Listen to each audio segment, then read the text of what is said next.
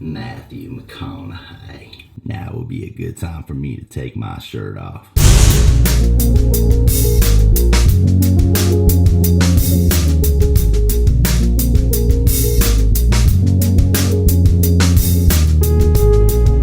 This is for you, my southern boy.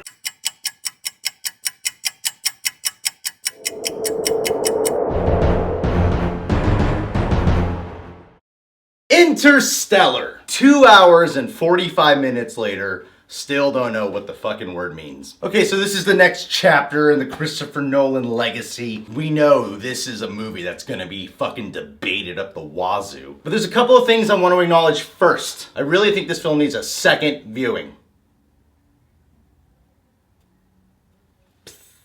Huh? Found out my girlfriend's mom thinks I might be gay, so I'm going to light the fire on the match.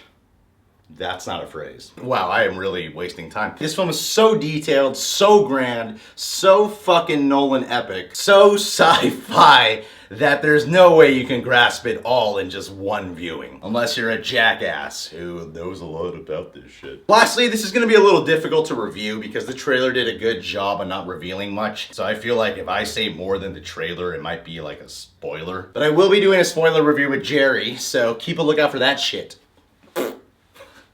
Wasting time. So yeah, the story is what we all thought it would be. It's based off all these like scientific theories like wormholes and quantum physics and physical energy attraction and environmental shit with the earth. I stole litter, by the way. And it's all told in very impressive detail. And I'm too stupid to know if these theories are Nolan made up or they're actual theories. They managed to take all the information and tell a really interesting movie. Interesting is the word I'd use overall to describe it. I would say there's a lot of fantastic things in the story for sure. Like overall, yes, it's a great movie, but like fucking Rotten Tomatoes has been saying, I totally agree, it's certainly flawed. And on a personal level, I just wasn't fully engaged in it the whole time. Partly because there's just a lot of information to keep up with, and I don't know, when I want a movie to be perfect, my guard's like up a little bit. So it's the kind of thing where like as more time goes on, I like it more and more. And another reason why I might not have been fully engrossed is because partly it's a lot of fucking information to keep up with. Like there's a lot of themes and theories in this film and words I've never heard before. And there were times where I felt like they were stretching out the script a bit too much.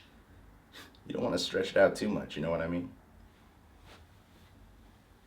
The penis. Like Nolan wanted to take us on like this grand adventure. Astronaut turned farmer who's becoming an astronaut again, who has to go through a wormhole to find a planet so us humans on Earth can live somewhere else. And it's Christopher Nolan, so yeah, we know it's gonna be fucking insane. And we know there's gonna be a lot of story. But what I really did appreciate about this film, it cuts past a lot of bullshit to get to the story even faster, the actual adventure. And there is a lot of familiar science fiction elements, but because of the kind of tone and world established, it's more grounded. It seems more realistic. It seems like we could somehow create this today. But something about the emotional impact that was obvious the director wanted us to feel, I was not feeling it. I mean, like, don't get me wrong, there are great characters. Matthew McConaughey. Wow. Remember when he sucked? Dude, I loved his performance. He's actually the thing I walked away really thinking about with this film. I mean, come on, it's Matthew McConaughey. Like, this is a difficult movie to carry, and he fucking did it. It's a very emotionally driven performance, and although I wasn't fully emotionally grasped, I still almost cried a couple times because of how fucking raw McConaughey was, man. I mean, behaving like a little bitch in the theaters. Ain't no pussies cry movies. Shit. It's just like all this crazy science fiction shit is going on, and he looks like he really believes all of it. It's fucking awesome. I definitely would not have been as interested in this film if it wasn't for a really strong performance from him. Anne Hathaway is also great. I thought she was a lesbian at first in this movie, and in real life.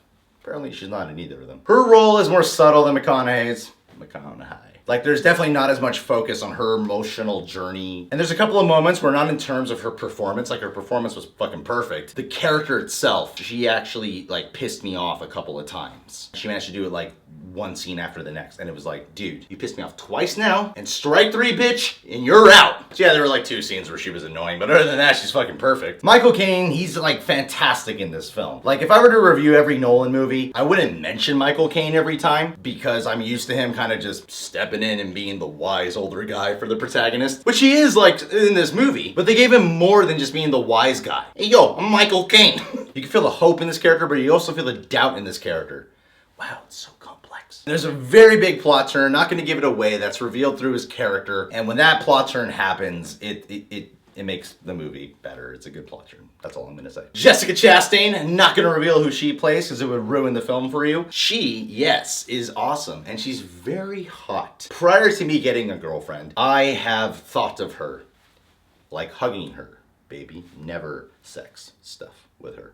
Don't believe in that. I can't go into too much about her, but she's fantastic in the film. She's another character who's living off hope and doubt as well. I mean, there were like 1 or 2 times where I thought it was a little overdramatic, but like 95% of it, she's pretty damn good. But back to the story and adventure, felt like the movie Gravity kind of made me immune to like a lot of the space danger. I kept thinking Gravity made all those fears better. But this movie aims more to like fascinate you, to take you on an adventure, to live vicariously as an explorer. So yeah, it's like different than Gravity, so it's actually not fair to compare it. Don't know why I did that, now I look like an asshole. But anyway, yeah, while I was like interested in everything going on, I was never truly like moved by it. Air quotes. Like I saw this on IMAX. By the way, it is the only way you should watch this fucking movie. They shot like a third or maybe 2/3 actually of this movie in IMAX cameras. And it's like the perfect fucking movie to shoot with IMAX cameras. You're in space and there's no green screen used in this movie. It looks fucking incredible. Like especially the wormhole sequences.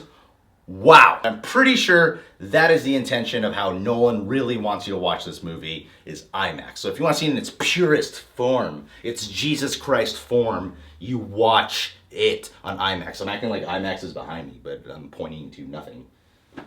Actually, Evil Dead, that's what that is. And yeah, the cinematography, fucking amazing. The score by Hans Zimmer. I don't know why I did a bad Bane voice. In my opinion, it's some of his best work he's ever done. It was fantastic. So like pretty much all the technical stuff was all fucking great. But like I said, this might be just because it was my first experience with it. I feel like with a second viewing, I could just sit back and more easily enjoy the movie. Because I never was really scared. I always felt like everything was gonna be okay. I was never on the edge of my seat. The edge of the seat phrase kind of doesn't make sense to me because when something is like really intense, usually we're sitting back. Can you imagine a theater with everyone at the edge of their seat? It would look stupid. But the film is still epic and I loved it in a lot of ways. There's actors in it that are great that I didn't even mention in this review. I mean, there's still time for me to, but I'm not going to. The designs and visuals, they're perfect. I just feel whatever flaws this movie has, the greatness is what you're gonna walk away thinking of unless you're an analytical filmmaking douchebag who fucking goes to schools like CSUN or something. Another thing, I can never write shit like that movie. This is just too hard. It sounds like a fucking homework assignment at college. And there are very few people who are ambitious enough to write something like that and are creative enough to write something like it. So you gotta just appreciate the fucking